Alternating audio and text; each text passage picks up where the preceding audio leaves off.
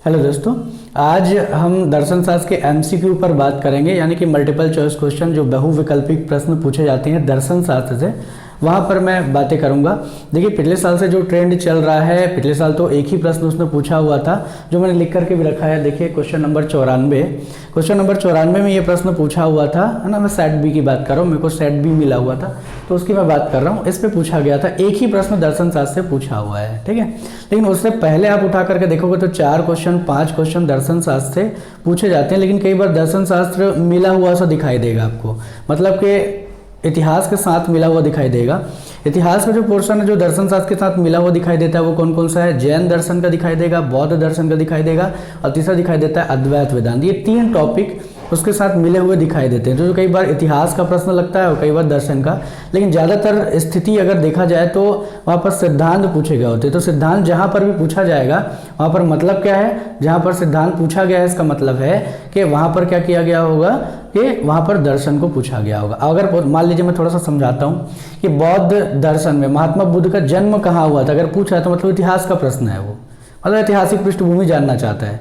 लेकिन दूसरी तरफ अगर पूछता है कि बौद्ध दर्शन का प्रमुख सिद्धांत क्या था, तो प्रतीत समुत्पाद, तो उसने क्या कर लिया? दर्शन पूछ लिया, ठीक है। तो इस तरीके से वो क्वेश्चन पूछता है ना। तो आप दर्शन शास्त्र का ध्यान में रखिएगा, है ना।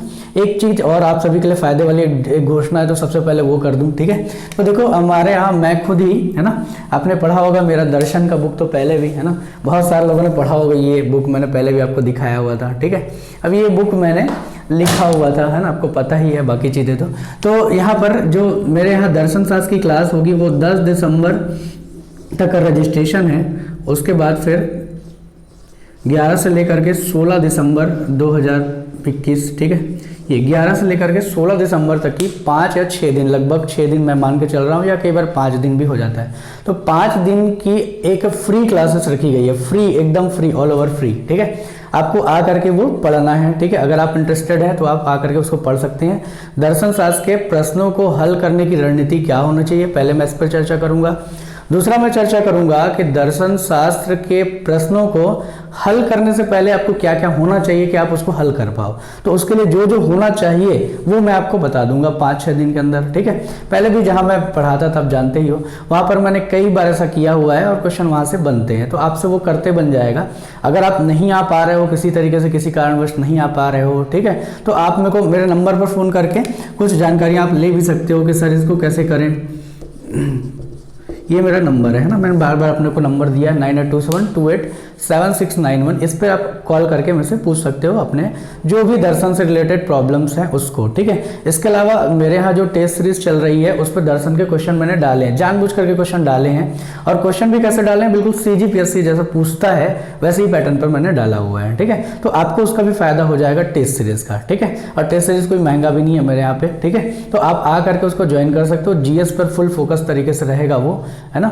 इसके अलावा मैं तो यही बोलूँगा कि आप दर्शन शास्त्र की अगर आप तैयारी कर रहे हो तो बहुत ध्यान से दर्शन शास्त्र को पढ़ना। यदि आपने मेंस में अगर दर्शन शास्त्र नहीं पढ़ा है तब तो आपके लिए और भी मामला क्रूशियल हो जाएगा, क्योंकि मैंने देखा है कि जो क्वेश्चन पूछा हुआ था, ये वाला क्वेश्चन इस बार का, पिछले साल का, तो इस क्वेश्चन को जिन्होंने मेंस की तैयारी कर रखी थी वो ज़्यादा अच्छे से बना पाए, और बाकी लोगों के लिए तो संभव ही नहीं हो पाया कि मतलब ये बोल के आ रहा है, क्या लिखना है इस पर, ठीक है। चलो को समझ में भी नहीं आया कि सांख्य का क्वेश्चन आया हुआ तो ये दर्शन का क्वेश्चन है। उनको लगा कि यार नहीं, हम लोग 60 दर्शन पढ़ते हैं तो उन्हीं में से किसी एक का हिस्सा हुआ होगा, उसको वो पूछ रहा होगा, उनके दिमाग में ये आया था, ठीक है। ऐसा मामला नहीं है, ठीक है। दर्शन शास्त्र को अगर हल्के में लेंगे दिक्कत हो जाएगा। जैसे पहले क्या करता था, आपने देखा होगा, पंचायती राज के 4-5 क्वेश्चन उठा लेता था, फिर पूछना ही बंद कर दिया, 1-2 साल से नहीं पूछ रहा है। वैसे ही क्या करेगा, अचानक से फिर पंचायती राज डाल देगा, ऐसे ही करता है। ऐसे दर्शन के भी अचानक से डाल देगा, ठीक है। तो इससे बचने के लिए मैं बोलूँगा आपको 2 तरीका है। एक तो आपका फ्री क्लास है ना, 10 तारीख के पहले आप रजिस्ट्रेशन करा लिए, 10 तारीख तक के करवा लीजिए। दूसरा 11 से लेकर के 16 इस तारीख करके ये टाइमिंग मतलब कि डेट रहेगी जिस पर ये क्लासेस चलेंगी। क्लासेस शाम को होंगी, क्लासेस शाम को ही होंगी। ऐसा मैं क्यों कह रहा हूँ, शाम को मैं 7 बजे के आसपास या 6 बजे के आसपास, ठीक है। मैं डेट बता दूंगा इसमें वीडियो में ही फिर से।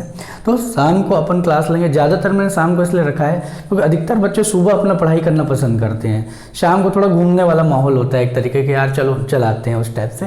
तो आप भी आ सकते हो इस दिन 11 से लेकर के 16 तारीख तक के, ठीक है। अगर आपको एड्रेस नहीं मिलता है तो सीधा सीधा आपको कॉल करना है कि सर हमको अब मिल नहीं रहा है, उसके बाद मैं आपको एड्रेस बता दूंगा और आप आ सकते हो, या मेरे को व्हाट्सअप कर देंगे तो मैं आपको क्या कर दूंगा, लोकेशन भी भेज दूंगा, उससे आप आ सकते हो क्लास के अंदर, ठीक है। लेकिन भाई एक रजिस्ट्रेशन आपको पहले करा लेना चाहिए, ज़्यादा अच्छा रहेगा ताकि दिक्कत ना हो, है ना। मुझे भी दिक्कत नहीं होगी, आपको भी नहीं होगी। कई बार क्या होता है कि बैठाने की जगह भी नहीं होती तो फिर दिक्कत होता है, ठीक है। चलिए तो फिर यहाँ पर मैं इस पर क्वेश्चन आपको डिस्कस कर देता हूँ, कोई फायदा हो जाएगा। देखिए क्या पूछा था, निम्नलिखित प्रश्नों को पढ़िए, प्रश्नों को पढ़िए तथा सही विकल्पों, अच्छा प्रश्न नहीं है, कथन शब्द है ये, कथन को पढ़िए तथा सही विकल्प को चुनिए। देखिए जरा क्या बोल रहा है, कथन एक बोल रहा है कि कपिल सांख्य पद्धति के सबसे पुराने प्रणेता हैं, सबसे पुराने प्रणेता। अब ये कुछ सीधी झूठ बोल रहा है। किस तरीके से झूठ बोल रहा है वो, तो भैया प्रणेता वो एकमात्र ही है जो प्रणेता है, समझ रहे हैं ना, दूसरा और कोई प्रणेता है ही नहीं है, प्रवर्तक और कोई है ही नहीं, एकमात्र ही है, तो सबसे पुराने होंगे ही होंगे, ठीक बात है। इसलिए कथन बिल्कुल सही है ये वाला, ठीक है। इसके अलावा देखिए दो चीजें समझिए, प्रणेता होना और व्याख्याकार होना, दोनों में अंतर है। प्रणेता होना मतलब क्या, उन्होंने क्या किया होगा, उस दर्शन को प्रधान रूप से स्थापित किया होगा। जैसे कहते हैं कि सांख्य दर्शन पहले से बहुत प्रचलित था, ठीक है, और प्रचलित होने के लेकिन उनको लेखनबद्ध नहीं किया गया था। तो हुआ क्या, 7वीं शताब्दी में आपने पढ़ा होगा, 7वीं शताब्दी में षड दर्शन आते हैं, तो उनमें संकलन का जो श्रेय है सांख्य दर्शन का वो इन्हीं को है, और इसलिए इनको प्रणेता कह दिया जाता है, ठीक है। तो इसलिए पहला सही है। और व्याख्याकार कौन होगा, तो व्याख्याकार उसको लिखा गया, सांख्य सूत्र जो लिखा गया पुस्तक, उसको फिर क्या किया गया, उसके ऊपर फिर व्याख्या की गई, उसका काम करने वाले अलग होंगे। तो यहाँ पर बता दे रहा हूँ, अगर बता रहा हूँ तो इसमें एक नाम याद रख लेना, इसमें नाम है ईश्वर कृष्ण। ईश्वर कृष्ण की एक पुस्तक है, उसका नाम है सांख्य कारिका। सांख्य कारिका, ये सांख्य कारिका पुस्तक में उन्होंने क्या किया, इसकी व्याख्या करी है, समझ रहे हो। तो व्याख्याकार, एकमात्र व्याख्याकार ये है। अगर क्वेश्चन में फंसाएगा तो ऐसा फंसा सकता है, भले ही प्राकृतिक सांख्य पद्धति के सबसे पुराने व्याख्याकार है ईश्वर कृष्ण, इस तरीके से वो फंसा सकता है भले चाहे तो आप इसको नोट कर लेना। दूसरा देखते हैं क्या कथन कह रहा है। कपिल यह बताते हैं कि किसी व्यक्ति का जीवन प्रकृति की शक्तियों द्वारा गढ़ा जाता है, किसी दैवीय सत्ता द्वारा नहीं। तो जो भी पढ़ते हैं सांख्य दर्शन को पता होता है कि मूलतः दो यहाँ पर तत्वों पर बात करता है। द्वैतवादी दर्शन है, कौन कौन सा, एक कहता है कि जड़ प्रकृति होगी और दूसरा चेतन पुरुष होगा, इसी के आधार पर पूरा का पूरा दर्शन चलता है। तो इन दोनों के आधार पर ही क्या करेगा, वो आगे ले जाता है। तो यहाँ पर क्या कह रहा है, देखिए ना, इसमें क्या कह रहा है, किसी व्यक्ति का जीवन, ये जो व्यक्ति का जीवन है वो चुनने वाला है। व्यक्ति का जीवन मतलब पुरुष की बात करता है, पुरुष, चेतन पुरुष, वही व्यक्ति का जीवन है। यहाँ पर पुरुष की बात कर रहा। दूसरी तरफ कहता है कि शक्तियों द्वारा गढ़ा जाता है और किसी दैवीय सत्ता द्वारा नहीं गढ़ा जाता, ठीक है। यहाँ पर दो शब्द इस्तेमाल किया, किसी व्यक्ति की जीवन पद्धति कह दिया, ठीक है, और दूसरे के द्वारा कहा कि प्रकृति। यहाँ पर तो पहला ये हो गया, दूसरा ये हो गया, दो तत्वों की बात कर रहा था, ठीक है। तो प्रकृति की शक्ति द्वारा गढ़ा जाता है, एक हो गई प्रकृति, दूसरा हो गया पुरुष, ठीक है। इस तरीके से किसी दैवी सत्ता द्वारा नहीं, किसी भी तरीके से सांख्य दर्शन देवता या ईश्वर की बात करता ही नहीं है, समझ रहे हो। तो इसलिए क्या हुआ, इसमें आंसर ये भी ठीक हो जाएगा कि ये कथन भी बिल्कुल सही है, ठीक है। इसलिए आंसर क्या होगा, कथन एक व दो दोनों ही सही है, ये वाला इसका आंसर हो जाएगा, ठीक है। तो आशा करता हूँ ये आपको समझ में आया होगा, ठीक है। मैं कोशिश करता हूँ कि और भी कुछ MCQs आपके लिए इसमें डाल दूँ, ऐसे बना करके आपको थोड़ा समझा करके, तो आपको फ़ायदा हो जाएगा।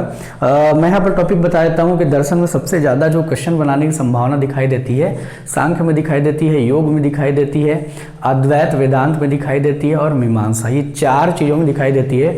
हालांकि बौद्ध जैन में भी दिखाई देती है, लेकिन बौद्ध जैन पे क्वेश्चन वैसे नहीं बनाए गए हैं, ठीक है। लेकिन फिर भी चांसेस होते हैं, आप उसको भी पढ़ लेना, ठीक है। इसके अलावा अगर समसामयिक दर्शन में कहोगे तो मैंने देखा है व्यवहारिक वेदांत पूछ दिया था उसने।